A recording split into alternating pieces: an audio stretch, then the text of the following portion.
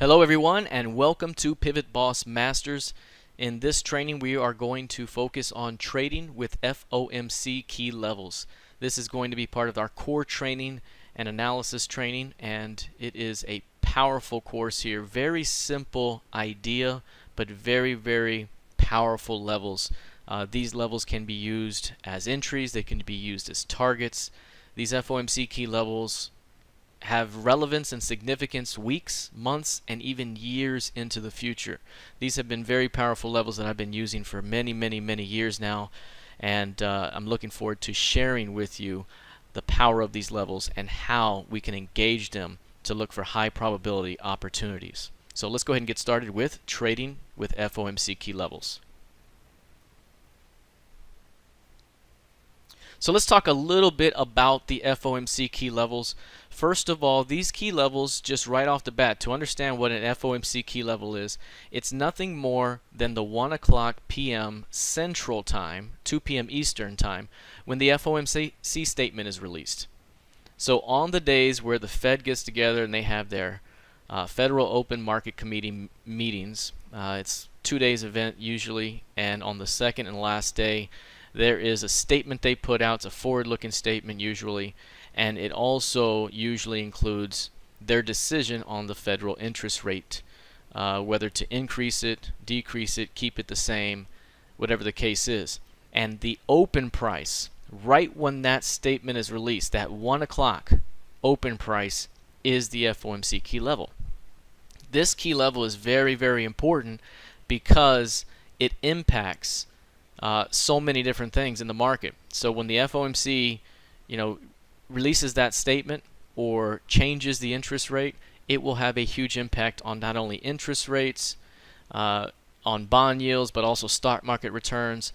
You see everything start to move. So when this price prints, it's a very important price to mark and continue to watch as a key level in the future. So these levels are very important, and again, it's nothing more than just the 1 o'clock open price on the day that the FOMC releases that statement.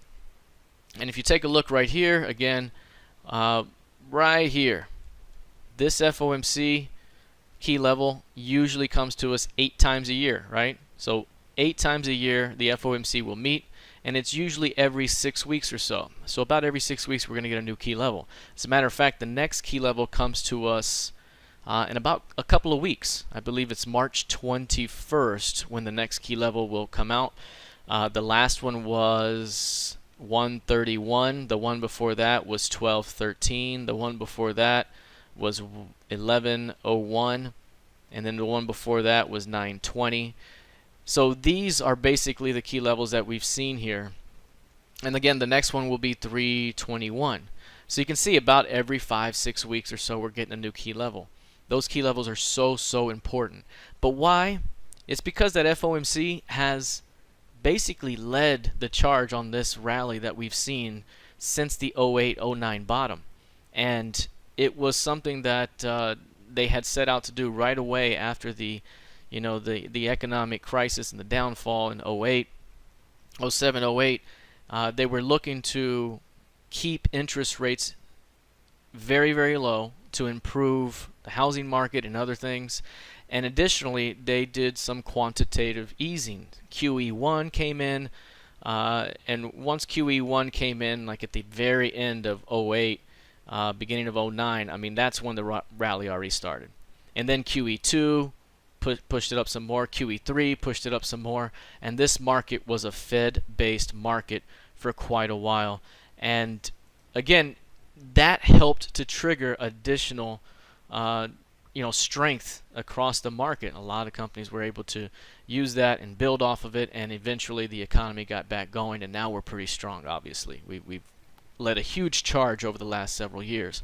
But this level has been in the repertoire for many years, 5 to 8 years. I mean, ever since that FOMC, the Fed started keeping rates low to help the economy. And whenever that level came on, it's been a sticky level ever since. It's been a level that you can really depend on oftentimes to see a great move away from it and then a great return to it. So it can be used as an entry, it can be used as a target. So basically these levels, these key levels that the FOMC gives us, you know, it's basically on that day where the statement comes out. And for the most part, you want to think of these meetings like the Fed equivalent of quarterly earnings. So when quarterly earnings comes out, you know, earnings season, man, things are flying, everything's incredible. You're getting all kinds of volatility. This is the same thing. When they meet and they provide their forward guidance and their statement of what they intend to do, you know, a lot of folks are parsing that statement. They're looking to see what changed, what's the same, what does that mean for future market prices, up, down, sideways, and from there everyone starts placing their bets. So it's a very, very important key level. Now, this level applies mostly to futures and commodities. That's how I've used it for so long. But it can also be applied to those big name stocks that you're used to, the Apples and, you know, the Googles, those types of stocks. But for the most part, I keep this as a futures, commodity and futures type of level.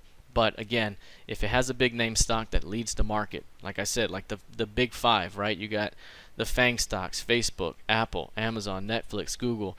Those are big name stocks that likely also have a connection to this level as well. And I've done it some studies on a couple of the big names and saw that it did react indeed to those levels. But for the most part, I use it on the futures and indexes, but you can do it on others as well. As a matter of fact, we'll see some charts here in a moment of Bitcoin. And I was very interested to see how the market was going to react, how Bitcoin was going to react to this level, if it was going to react. And I was very pleasantly surprised by how it did react to that level. It's actually been one of the cleanest levels that you can use in Bitcoin. So we have two levels that we'll be looking at from that have occurred in Bitcoin, but across the board, just a fantastic level. Now these levels, whenever the market has that 1 p.m., you know, the statement is released at 1 p.m. move. You know, sometimes it'll sit there for a second, but at 1 p.m. they release the statement, they release the announcement on the federal interest rate decision. That's when you see usually an impulse move away from that level. And that usually the market will continue in that direction until rejection occurs. So for example, prices coiling up, the Fed releases their FOMC statement here, and then boom, you see a move. And that move will continue for several days usually until rejection occurs. It's usually a failed new high, a lower high, something like that, right?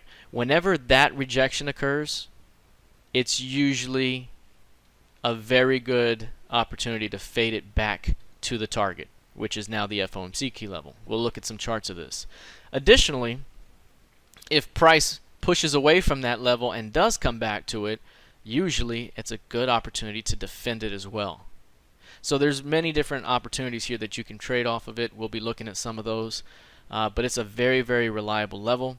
It's a level that can be used as an entry, as a target, and it has significant lasting power as it continues to have significance weeks, months, and even years into the future. I'm still using key levels from 2016 that continue to be hit and responded to. So again, I want to clean up some of my levels and just use kind of the more current levels over the last year, but these levels are so powerful that it's hard to take them away from the chart. So I want to look at some more of these examples, but first, let's take a look here at kind of a primary trading approach here that you can use with these levels. So right here, trading with FOMC key levels, market prices tend to trade away from and back to FOMC key levels over time. This pattern of repetition is beneficial in anticipating and forecasting the next key price move as it relates to the FOMC key level. So again, over here, you can see these levels can be used as entries in an effort to ride the initial move away from the level. They can be used as targets in an effort to return price to the level for a retest. And they can be faded or defended in an effort to return price in the initial direction of that move, right? So these key points right here are very important. You'll see how they recur in the charts.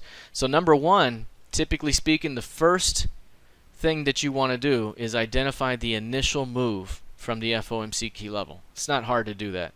The initial move is the market-generated price swing that occurs away from the FOMC key level once the announcement is made. So as soon as that announcement is made, typically you will see a move occur away from it within a day. Sometimes it's right at 1 o'clock and you'll see some movement. Sometimes it may be more muted, and then overnight you might start to see that move. But typically speaking, you'll start to see that move occur fairly soon, right away, but usually within a couple of days.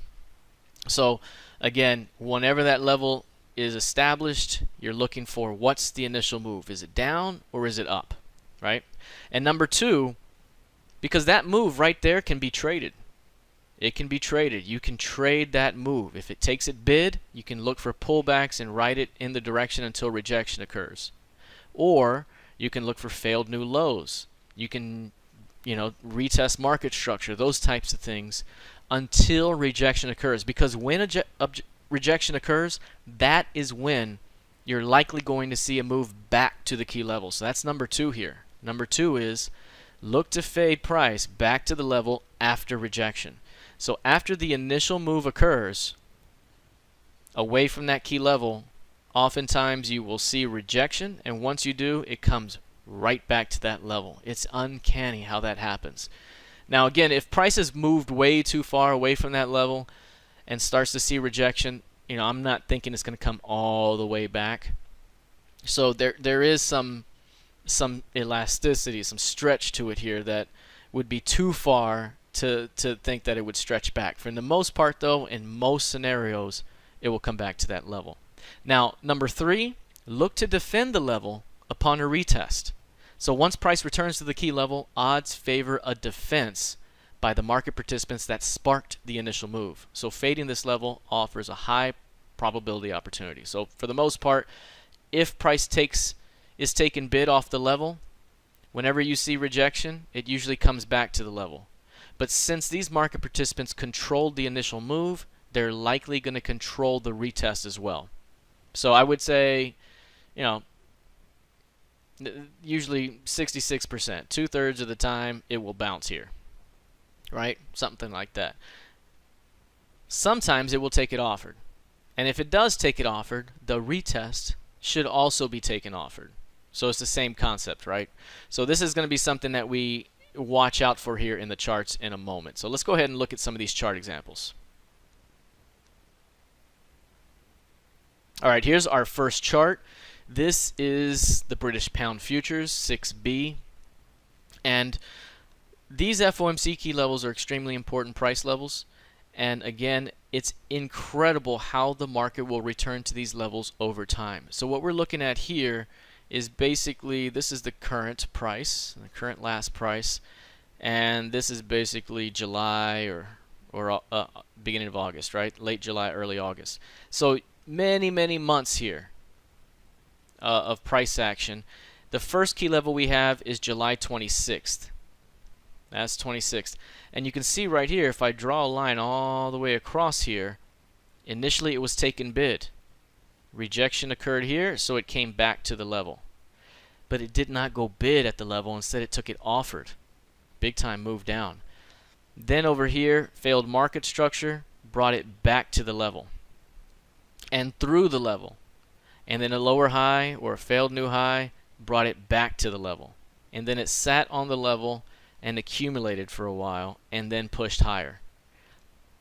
That's off of one key level way back last July. July 26th of last year, 2017, is this level right here. And again, look at the significance and the relevance of that level over time. And it's not alone. That's just one level of many. Here's the FOMC key level that forms in September. First, when price takes this one bid, it goes up, goes up, goes up, hits this high, pulls back, and then right here there's a rejection tail. Failed new high. That failed new high led to the return back to this level, right? Now, if you look at this here, another FOMC key level was formed here. That's the September 20th key level.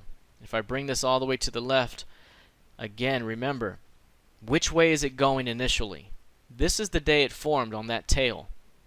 It initially went up, then sold off and closed lower. So if it closed the day below that level, the next day or very soon after, you're looking for price to retest the level and take it offered again. Look at the precision there. Do you see that? This thing right here, it's hard to see with this key range on there, but that's the rejection tail. Closes below the level that day, and then 2 days later returns and hits the level perfectly, sells off, and that's when it comes down here. Now, over time, price was bid off of this level and eventually made it back. But look at the stickiness of this level. Very, very powerful level. Again, attracts price here, takes it bid there. Just a powerful level. Here's another one that formed. This is November. So this is November 1st. Again, price initially takes it offered. Hits the prior key level from July and then bounces back to it. Then takes it bid, then comes back and is defended and takes off. Again, these levels very, very powerful. So the point of this slide is really to show you how these levels have significance weeks, months, and even years into the future. And again, the way you're typically looking for these is looking for the initial move away from that level. If the initial move is down, the retest is likely to be offered and you go down, right? Additionally, if you go down here and you're usually going to use another FOMC key level as a target. So again, these can be used as both targets and entries. And a lot of the time, I would say most of the time, I'm using them as targets. The first move away from that level is a good move away from it, but once you see rejection, wherever it might be, usually you're coming back to that level, and that's a good way to fade it right back to price. I love that fade trade. It's a great one.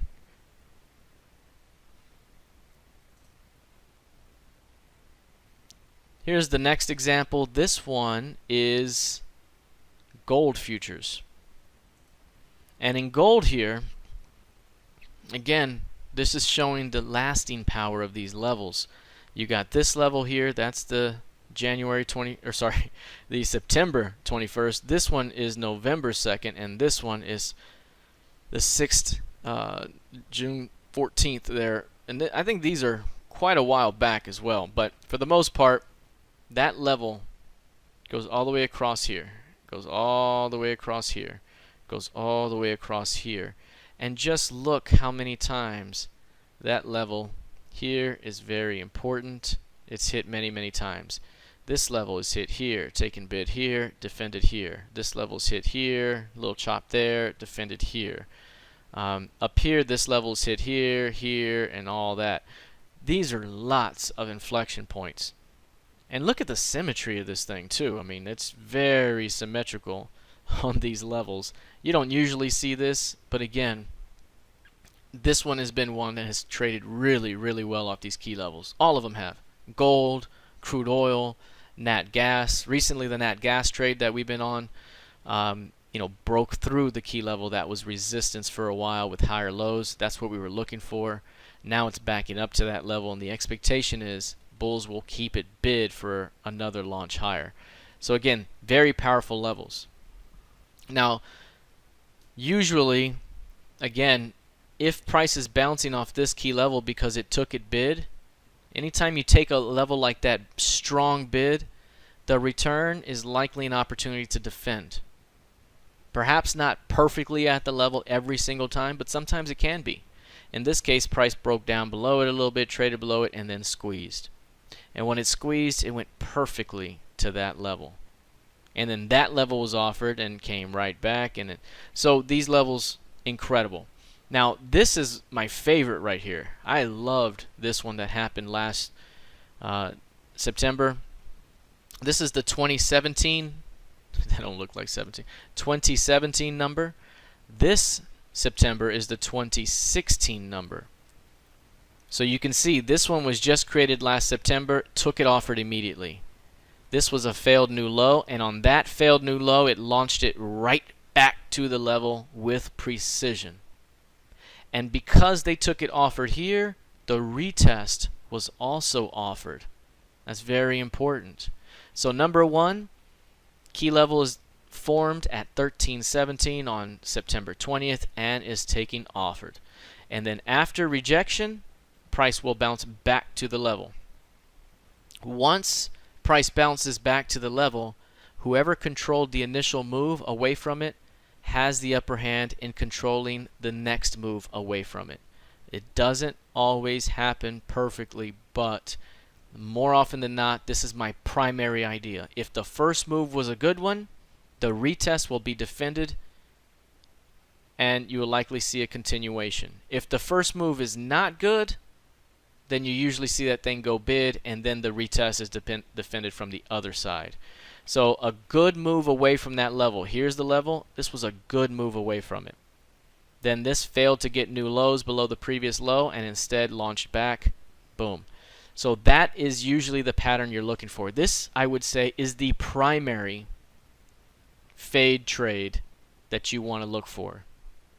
The primary fade trade. So as soon as that level is created, you see the initial move. Whenever you see this rejection, that rejection can get you to this target.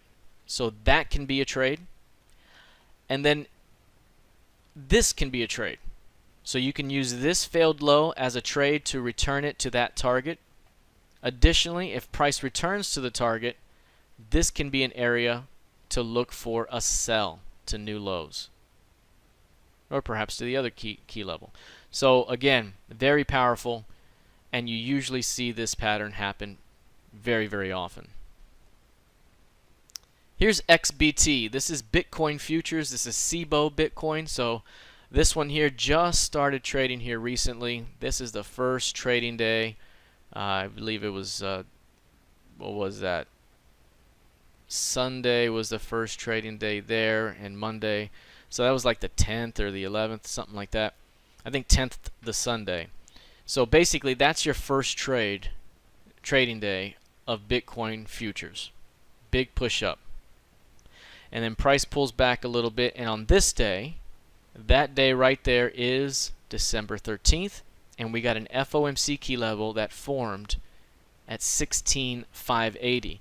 And I remember telling the trading room at the time that I am going to be putting an FOMC key level, and I'm going to be very interested to see how the market, or if the market even reacts to this level. Because again, Bitcoin's fairly new, right? I mean, it's been around for a while, but in terms of the mainstream, it came into the mainstream big time last year.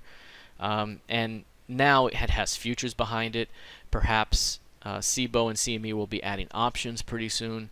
So again, this thing is maturing here, and I wanted to know if it was going to be reliable off these levels. So I put that key level there, and initially, you can see right here, it's bid just a little bit and closes above it.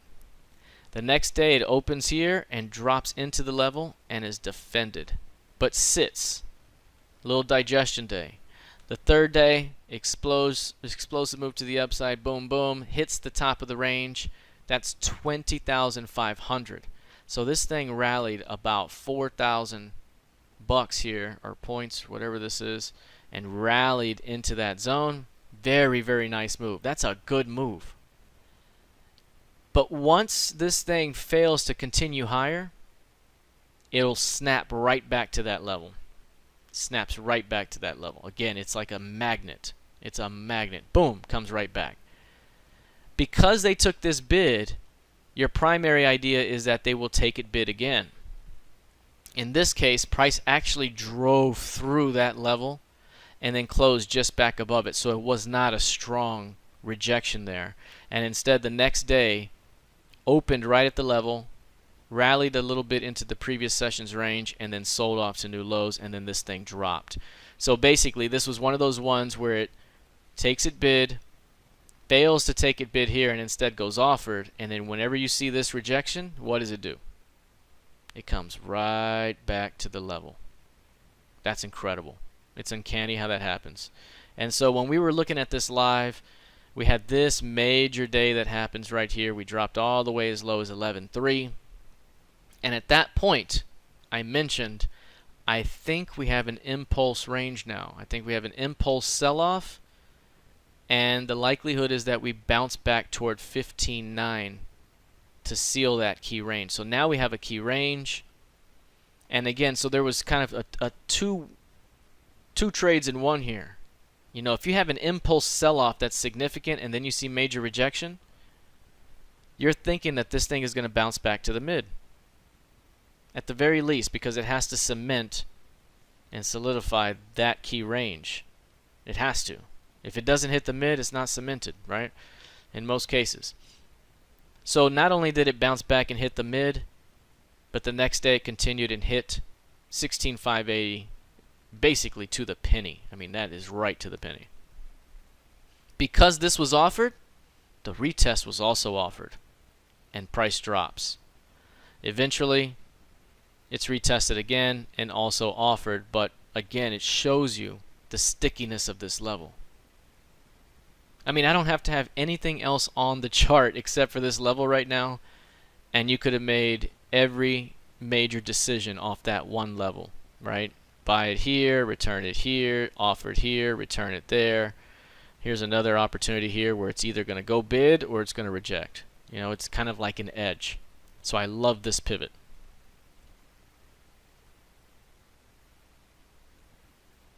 This is RTY. Again, the fade trade is one of my favorites. This is the FOMC fade trade right here. After taking a level bid, eventually it may come down. It starts to reject, and boom, it launches higher. It's one of the favorites. Now, over here, though, look what happened first. You see this FOMC key level? This is on RTY. This is the Russell 2000 futures. Price forms a key level at 15:30 on December 13th. See, they're all the same day, right? On that day, what I do is I drop down to a 1-minute chart, and I go to the open price of the 1-minute bar at 1 o'clock p.m. Central. And I mark that level right at that place, because I don't want to have a level that just goes all the way across. I want to know the day it happened. So I mark it that day at that level at that moment in time at the 1 o'clock price. So I know the day it happened and what's going on. And so when this happened here, you got an initial sell-off, but it wasn't very strong. I mean, it was a good move, but it did not push and continue through lows. Didn't even get below the midpoint of the key range. Instead, it rejected this low and came right back to the level very quickly. When you have a quick move, again, and it can't find its footing, usually you'll see price go bid through the level. It's almost like a shakeout, right? So this can be seen as a shakeout. Initially they take it offered, but it's a shakeout to get people short, and then boom, you squeeze and run the stops. And that's what happened here. So always know that any weak move away from that level likely going to be a recipe to taking it bid back above it. And if it does, this fade trade is a very powerful trade. You just have to be patient, let price come back to it, watch to see if there's rejection on the initial test, and from there you're working your way back up. This one happened to be a really good move here as we entered the beginning of January off that level. So again, December 13th, this is heading into the end of the year, so this is all holiday trading. And then the last day before 2018 here is when they dropped it, and bang, never really came back for a while. So really great movement here off of these key levels in RTY. Here's another chart. This one is Bitcoin again. This is the second key level that Bitcoin has had. The first one was 12.13. This one is 131, 2018. So that's from 2017. This is from 2018. And so again, we already know how good that first key level was, which is way up here, 16 something. This one here forms. And look, didn't get a big move away from that level that day. It basically closed right at the level. So we didn't really have a good feel off of that level right away. But we did have a feel for this market anyways. We thought this thing was headed to this level. So this level forms, and it sits there the rest of the day. The next day, Price opens just above the level and can't find its footing and starts to take it offered. And when it drops right into our key level, the 6,700 level. That's the level we were looking for as a target. Remember when this thing started to sell off over here, I said 9K and 6,700 are the two next big targets. And again, this thing drops right into the level. Boom. This day right here had a significant rejection day. It's quite a day. I mean, we got down to 58.80 or 58.80, something like that, and it rallied almost back to 8K by the end of the day. So basically a $2,000 rally there. Big time move, great rejection day. And from there, again, remember, if this thing is taking offered and you get a good move, whenever you see rejection, where do you go? You usually come right back to the level. And again, this isn't hindsight stuff. This is the same exact trade ideas and analysis that we've been providing in the trading room live every single day. This is exactly what we talked about. We looked for this thing to drop. Once this day happened, the idea was we likely make our way back up to this level. And it did. Really, really nicely. Very orderly. Everything was great. Came back to the level. Now it came back to the level, even though this one went offered. When it came to the level, it did not go offered. It went bid and closed above it. And now you can see that the bulls had the juice. And now they're going to look to defend the level from above. Boom. Comes back, they're trying to defend it, right? And you can see that level just becomes very important. That's 99.20. But this level, again, is a sticky, sticky level. Price goes away, comes back to it. Price goes away, comes back to it. Price goes away, it comes back to it. These levels, very, very powerful. As powerful a magnet as you can get at times in the market. So really, really good lines here in XBT. This one right here is nat gas, and not the current nat gas chart. This goes back to last December. But this one here has the FOMC level that developed November 1st. And look at the movement away from that level. This is ideal. This is ideal. You get the FOMC level, and look at the tail on that day.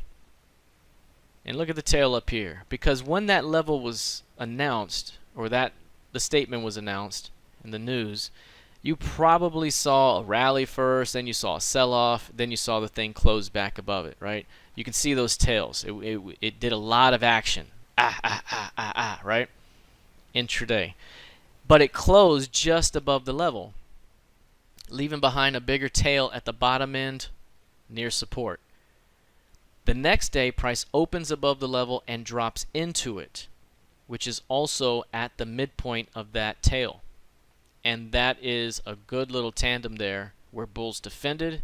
By the end of the day, they closed it higher. And before long, you're rallying pretty significantly. This thing went from that 289 and very quickly got all the way back to 320, 325. It's a pretty significant rally. But over here, look at that high right there. See that high? Price pushes above the high, closes above it here, spent an entire day above that level and made it support. And on the next day, what happens? The next day, price fails on a new high. Opens at the mid, rallies, rejects the high, and then starts breaking back below that low and back below that high. And that rejection right there, this little box above that high, that rejection sparks a return right back to the key level. Again, another big move, and then some. Went through it. That's pretty significant. Over here, it went way through it, gapped up, then tested it and ran again. But you know that's not easy, or you can't always see that that's going to happen or anticipate it, because closing way below it here and then opening the next day way back above it, right? Usually that would allow you to retest here. But again, that's not a super easy trade usually in the heat of the moment. This is much better when you have a tail already there and you see some areas and boom. Or when you reject up here with clear rejection signs and an outside reversal, right? That's an outside reversal right there. The high is above this high, the close is below the low. The range of that day is greater than average. That's an outside reversal sell signal, the way I describe it in my book, Secrets of a Pivot Boss. And from there, boom, you get right back to the level. Again, that level been significant for a while. I like how price came back to it right here and then formed an inside day. And then on this day, boom, the stops came out. Bang. Big drop down. Continued. Another FOMC key level forms here. It takes it bid and comes back. But for the most part, this right here, that fade trade, the ability for that level to be such a powerful magnet, that is so important. And again, all I'm looking for is how does the market respond to that level initially. Because if it's bullish, you're going to keep going until you see clear signs of rejection. And once you see rejection, there's a good shot that you're going to come right back to that level. It's a great trade in most cases. Alright, I wanted to bring up live charts here and start running through some of these live charts a little bit here. Let's also change this one to a white style here. So I'm going to go down to Pivot Boss White. Nope, I don't want to delete it. I'm trying to load it. I've done that before where I've accidentally deleted it and I'm like, oh no. Then I have to go to my resource library and download it just like everyone else. Alright. This is the white Pivot Boss style. Kind of goes on with what we had yesterday. This is the YM. I don't think we had any YM examples, but check this out, the way this thing behaves. Remember, I love pivots, right? Pivot-based analysis. That's what I've done a lot of my work off of, and it's basically not just pivots like floor pivots and Camarilla pivots, but any major price point can serve as a pivot, like an LVN, like a market structure level, like these FOMC key levels, like the overnight pivot that we use, right? There's so many different pivots that we can use. The idea is that all of these pivots work under a same framework, which is concepts like trending behavior. If a market is trending higher, look at these pivot ranges right here, right? They are higher value relationships, which tells you that when price pulls back, it's a buy, it's a buy, it's a buy, it's a buy. It keeps you focused until it can no longer hold that pattern, and then you see the rejection and the big drop, right? Same thing with these pivots. This is a very bullish trending market, the YM, perhaps one of the most bullish that we saw last year. This FOMC key level forms in September. Prices kind of hang below it. They don't take it aggressively bid or offered. It's just collected below it, and then the stops are run. Then over here, again, it kind of chops around the level and boom, it takes off. Then over here it forms and pops up and boom. So you can see they're being formed at higher and higher levels. And so typically those will be defended and bid until it can no longer be defended. And in this case, FOMC level is created on January 1st, 31st, and that was basically just days before we had the meltdown, right? Big time meltdown. But before it dropped away from the level, right, before it made that big move, it rejected that level first. Again, uncanny how that happens. Rejects the level first, and you can see again how nice that move was. So if we zoom in again, there's the level, and it kind of sits there for a day or two, and then bang, big move, and hits these downside levels, the December level, the November level, and now it's trying to make its way back a little bit. But for the most part, this move was so elongated that usually I would not be thinking that it's going to come all the way back to that level. That's kind of what we talked about before. If this move is too aggressive and too significant, sure, when you see rejection, you might bounce back to the mid of that impulse move, which is what we did and what we forecasted. But you may not see that move all the way back, right? At least not for a while and not right away. It'll get there at some point. I'm pretty confident at some point we'll come back and we'll test that level. But because this was so wide, I wasn't shooting for it to return all the way back. Instead, I was looking for a more moderate target right at the mid, and that was the right way to go. Again, so you have to kind of use this with your context clues. You know, volatility, direction of market, those types of things. So if we look at something like gold here, take a look at gold. Watch this. This is the recent FOMC key level. There's a lot of key levels here right now, actually. This is what I said. I have a whole bunch. They're all the blue ones.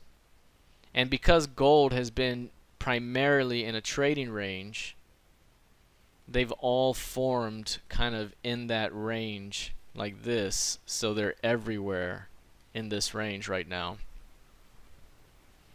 But these are really, really powerful levels again. I love when you see something like this. It forms the level and rallies and then takes it offered by the end of the day.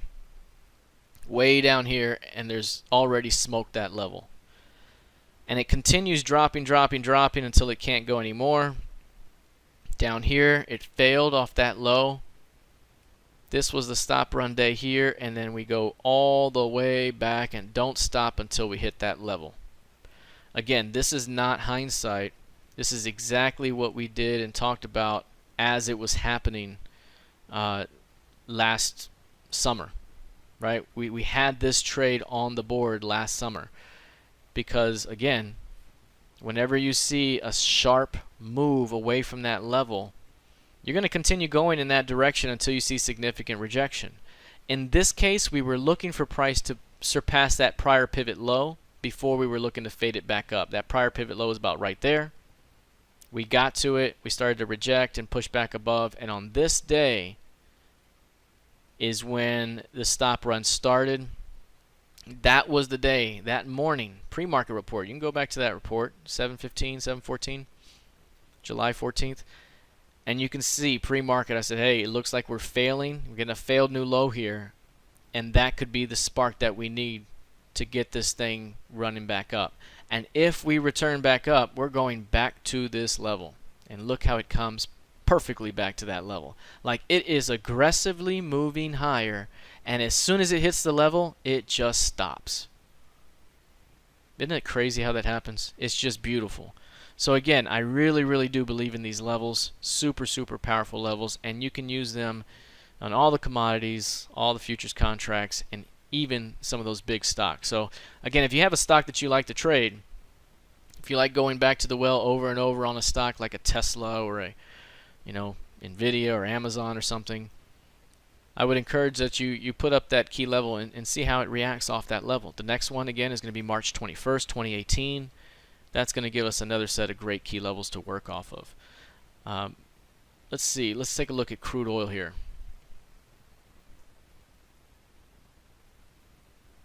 Here's crude. The one that happened recently here, let me make this a little darker. I'll grab this and just go something like that. Here, we'll do this one too.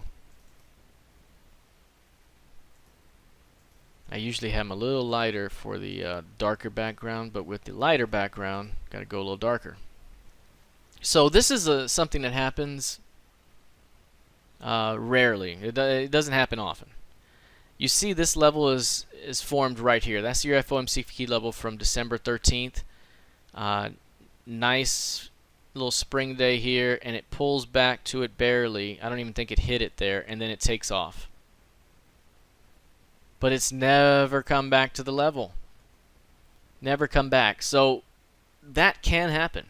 It definitely can happen. And when that happens, usually we call that a naked FOMC key level or a virgin FOMC key level, kind of like a naked VPOC, right? That's the same deal. You know, or look at this like an open gap. It's like an open gap. Didn't get filled right away, but at some point, it's likely going to come back and fill that gap at some point. But in this case, it's a naked or virgin level. Sometimes when it goes away from that level too far down the road, you will come back to it. But again, if it goes too far away from it, I'm not usually trying to play it back to that level, right? You know, just looking for something more recent instead is probably the better way to go. In this case, January 31st happened here. It took it bid, couldn't really get beyond these highs, so it turns right around and takes it offered. And then look at that midpoint is right at that FOMC level. That was basically where the stops came out big time. And then from there, defended from below and then took off back down. But then down here, whenever you can't go down anymore and this stop run day happens on this failed new low, you come all the way back to that level. This one came within, looked like, oh, this is the one we barely missed by 14 ticks. Doesn't usually happen, but it did in this case. So when we were looking at crude oil here recently and price dropped down and formed this strong low, we were looking for a return back to 62.18. That's the midpoint, and we got it right here. And then we held market structure and had a failed new low, so we were looking for a continuation to this key level at 64.38, and instead we got to the high of 64.24, which happens to be the inner 25% of this key level. So, you know, it came very close in that instance, but this is one of those times where it got super close and didn't get it. I thought it really had a shot. Again, only 14 ticks shy of that level. Still rejected and came back down. So this level is very important right now. At some point, we may see this thing take it bid. It could be huge. But we got a couple of levels here to watch. And again, another one coming up in March. So I really, really enjoy these key levels. They're so powerful. I mean, no matter what you're looking at, you're going to see some great movement. Here's 6E, for example. So this is the euro. And I'll just leave you with this example, and we'll finish up here. But for the most part, that level right there, very, very powerful in the chart. That's your January 31st level. Kind of chop, chop, chop, takes it bid, you know, can't go, is trying to defend. That was a lot of chop there. No real discernible action off that level. You know, rejected here and closed below it. Then it takes it bid on a failed new low. And then it can't get on the high, so it pulls back and tries to defend. But you know, so there was a lot of action off that level. But eventually, it got to move away from it until it couldn't go anymore. Narrow range led to a push back up. You can see it went up here until it couldn't go anymore. Then it comes back through the level and defended from below and drops, come back to the level. So that level has been extremely important. Now, where are you trying to trade this level? I'm trying to look for fades back to it in most cases. And in other cases, I'm looking to defend and perhaps move away from the level. So I'm not trying, in most cases, I'm not trying to trigger it on the day it forms or develops. I'm not looking to engage usually. I want to see what the impulse move is going to look like or what's developing. And unless it's clear, I'm not usually engaging the day it happens. Instead, I'm trying to get the reactionary trade. If this thing drops away from that level, then I know as soon as we can't go down anymore, we're likely going to snap back to that level. So usually I'm engaging somewhere over here trying to return it. Usually I'm engaging on that low with a big rejection and an outside buy. That's the signal that gets me working back toward that level. So again, basically the way that we engage the market with rejection days, with significant rejection days, whether they're long tail days or outside reversal or extreme reversal or whatever, failed range expansion, any of those things that we have in our repertoire that we're using to identify, you know, what's about to happen at that level, those entries make for, you know, the standard base entry that we always look for, and then you look the other way for a high probability target. Oftentimes that target's going to be the FOMC key level. So this would be the best spot on the chart right here. Fails to hold below these two lows, major outside reversal buy. So the next day you're looking to return it on the pullback and try to drive it to that level. And again, makes for a very, very reliable level in most cases.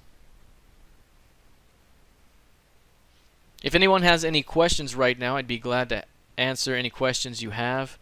For the most part, this is a pretty straightforward topic. Again, it just takes a little bit of time there to go and look at the 1 o'clock open prices on these days. There's only 8 of these days per year. So again, on those every 6 weeks when we have one of those dates, you're going to get those great key levels, and from there I just mark them on all the major charts that I like to trade and follow, and from there keep them on the board. Oh, good question here. Can you show some stock examples? I don't have any stocks that have been marked with recent key levels, so I don't have any to show. But for the upcoming March 21st date, I will be marking some stocks, and we'll be following those in the trading room to see how they progress. Again, I haven't done extensive research on how stocks behave off the level, but in the limited study that we've done, for the most part, they continue to react off the levels. But for the most part, it's the bigger issues. I don't have any right now that I've marked recently, but next time I will. Mike's asking a really good question. For crude, have you ever considered inventory report levels? And that type of question is very, very good, because that is the type of information that tends to work really, really well, is those types of things. So I have not done that myself. I know others in our trading room have also asked that question as well. Can other, like the non-farm payroll, for example, was a good one. Non-farm payroll is tomorrow, as a matter of fact. I don't know why this thing is jumping around right now. But tomorrow is non-farm payroll at 7:30 a.m. Central, an hour before the RTH Open happens. And a non-farm payroll number is one that I used to use a long time ago. So whenever that NFP report would come out, I would mark that open price, and it would be one that you could follow. So there are other types of reports or announcements where you can use this. I haven't traded off those, or haven't analyzed them, or done any extensive data crunching on those, but I would think that they work as well. This type of information tends to work. So really, really cool. And again, it's a very simple key level you can pop up. It's just, I just use the drawing tool here, and then here we go. But if you have something like a platform like Investor RT, for example, you wouldn't even need to do this. What you can do in Investor RT is create a level at 1 o'clock. You can just say, create my level at 1 o'clock open price on this date, and do it for everything. Everything in your list. So do it for all futures or all stocks or whatever you have, and it would just pop that level up for everything, so you don't have to do it. In Thinkorswim, I'm doing it manually. It would be interesting to see if you could create something automated that would allow us to just turn these levels off and on for any instrument. That would be fantastic. There's easily a database that has these dates in there, and again, it would just be the open price. So that shouldn't be very difficult, but I think that would be a great tool to use. So great questions. Thank you for those.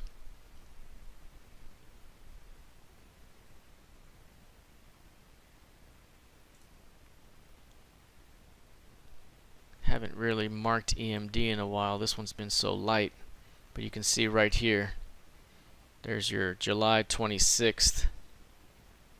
And even though we were way far away from that level, the recent volatility brought us all the way back to it. Gosh, that's incredible. Again, fantastic levels.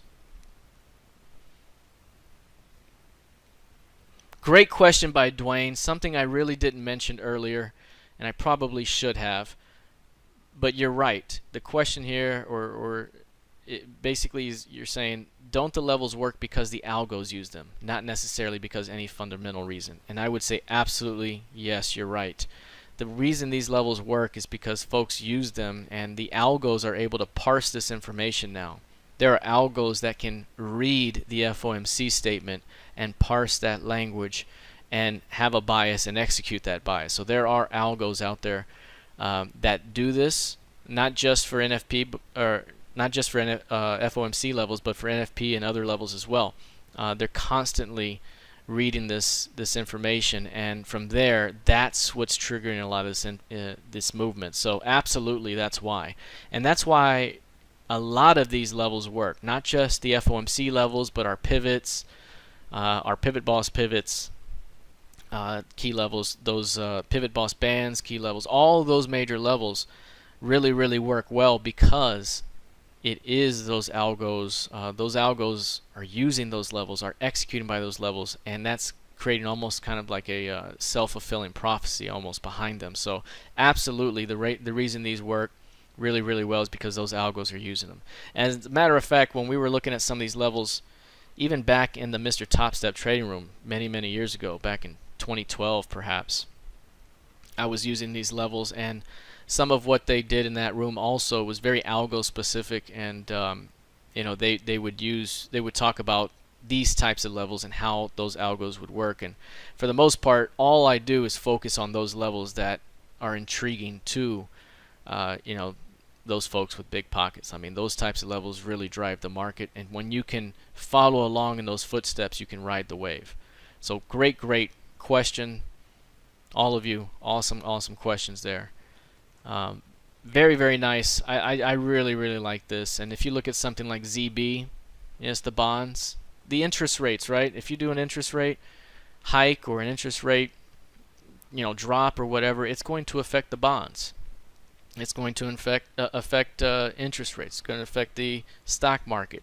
And so the bonds are one that you can really use as well to really find some of these great levels as targets and also as entries. You can see, I know this one's really light right here, but this is one that formed in March. Wrong way. There it goes. This one forms in March here and drops into the level, is bought that day. The next day kind of closes below it, chop, and then drops, and then comes right back to the level. But in a downtrend, this is a great opportunity to defend and drop. So I mean, these levels, no matter what you're looking at, really tend to fare very well. I love them as targets.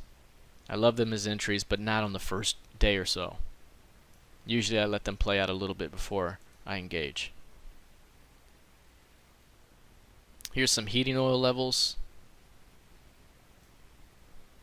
Again, this one's not perfect, but a nice rejection here. The first day was here. It drops down day 2, day 3. It hits the midpoint and rallies. That's one where you could get in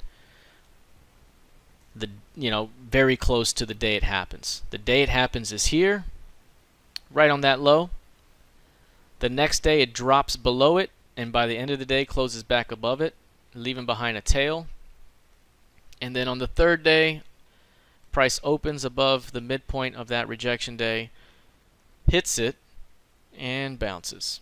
This would be a very good opportunity to enter that trade right at the beginning when it's formed.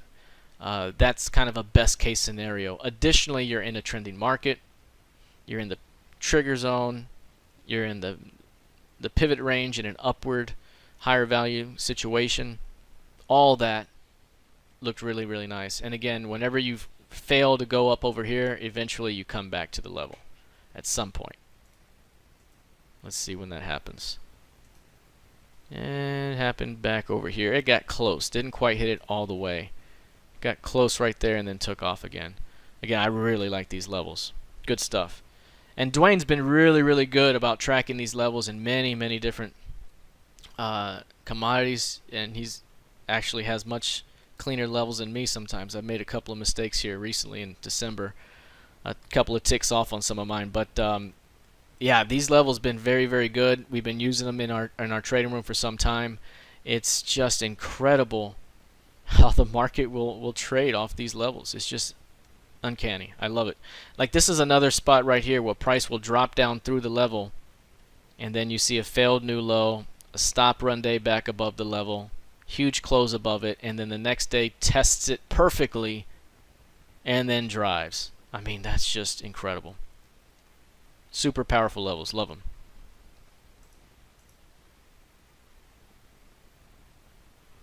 All right, if everyone is pretty much done with questions, we'll go ahead and finish this up here.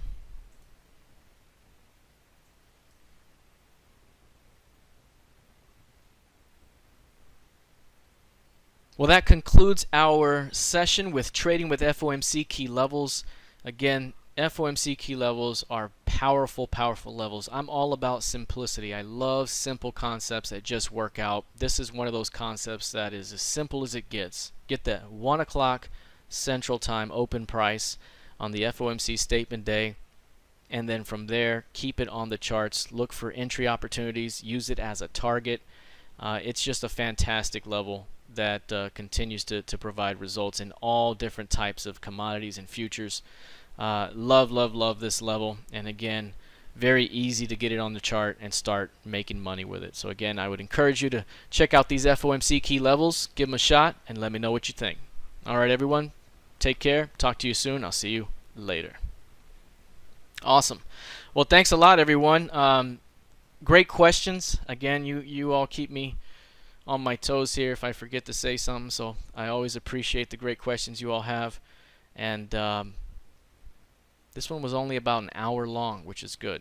Quick, nice, and compact. We'll be on the next one tomorrow. Tomorrow will be brief as well, under an hour, likely 35 to 40 minutes or so, and then we'll let you get on with your Friday. So again, one more session of live training with our masters content here. Always happy to be with you all. Thank you so much for spending your evening with me, and we'll be back at it again tomorrow. So have a fantastic rest of your night, and I'll see you tomorrow morning. Take care.